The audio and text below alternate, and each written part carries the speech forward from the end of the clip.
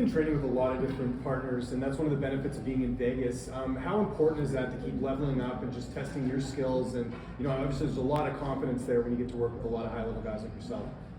Yeah, just seeing other champions or guys that are fighting for world titles or at these highest levels, it's good to see.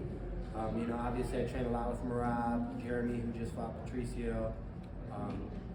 So many great guys, and I don't gauge myself off of it, but I think we all kind of we level up together. So it's good to have those rooms, and I feel like I'm a top.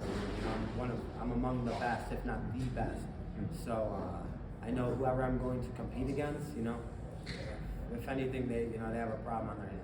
Yeah, and there's fans that feel you are the best bantamweight in the world. Like, do you get that sense from the fan base that people know, like, just seeing the type of wins you're getting, you're not just going out there and winning, you're stopping these opponents? Like, do you feel the love from the fans from that?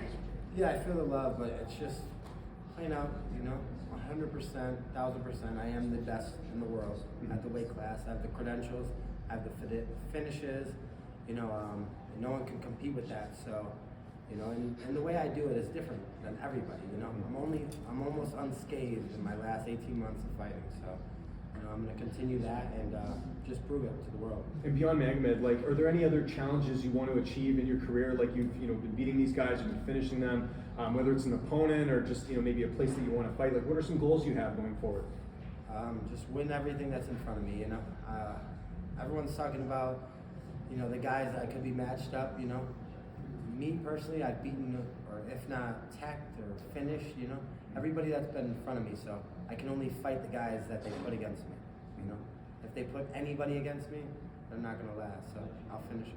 Yeah, and just we talked a bit about people regarding you as the best bantamweight. Do you feel like the Pettis win, especially I know it was a while ago, but do you feel like that was one that really maybe woke some of those casual fans up that didn't know much about you, because that was a big name? Hell no, man. Pettis fought at 125 in the UFC, man. Yeah. What's that going to wake anybody up? Because he beat Patricio Pitbull? It's not going to wake anybody up,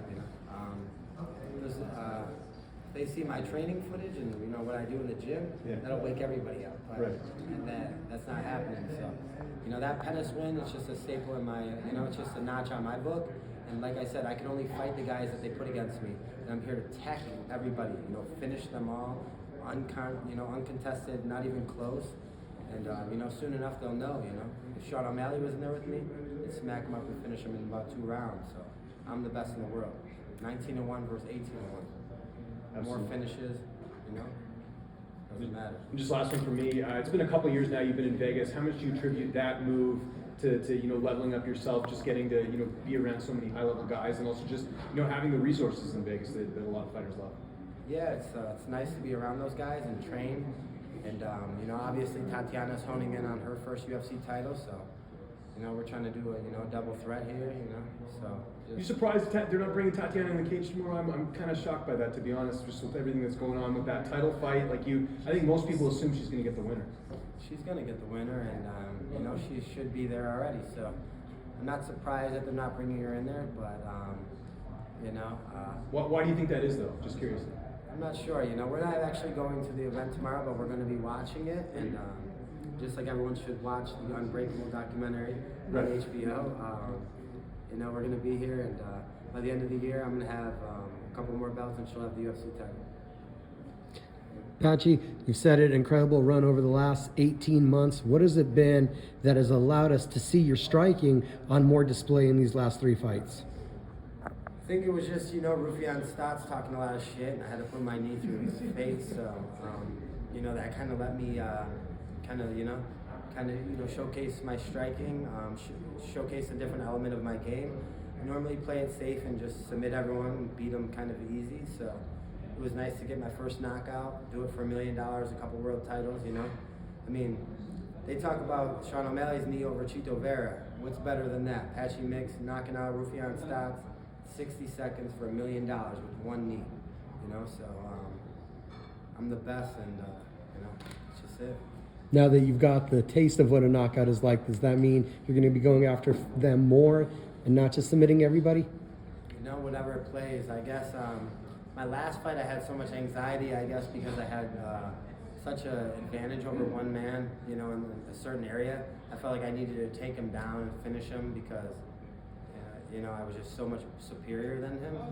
But going forward, you know, especially my next fight, you know, I'm fighting one of the best Dagestani fighters, you know, an ACB champion, one of the guys that beat Pichorian, you know, who they say is so dangerous. You know, I'm looking to either knock his ass out or submit him. I know that you were looking for bigger and better things. Is it at all been hard to get up for this rematch, to think about it? No, it excites me, man, you know. Yeah, I think he thinks I caught him with a guillotine, and he's gonna come back and show me something. So I'm here to, you know, thumbs down on that. You know, put him away and give him a long ass ride home. Thank you. This is a big question.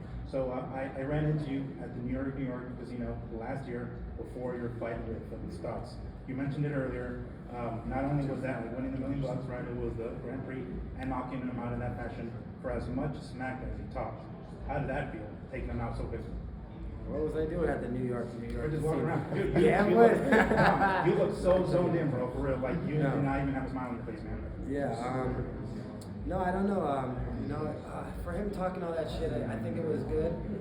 I think he sold the fight as well. I don't have any ill will towards Rufián. You know, I think he's a great opponent. I think I'm going to rematch him in the future as well. So, you know, I don't have nothing bad to say about him, but he did talk a lot, you know, just about bullshit and just selling the fight. So it was super dope to shut his mouth and do it with my knee, you know. Close that jaw, shut in Hawaii. It was great.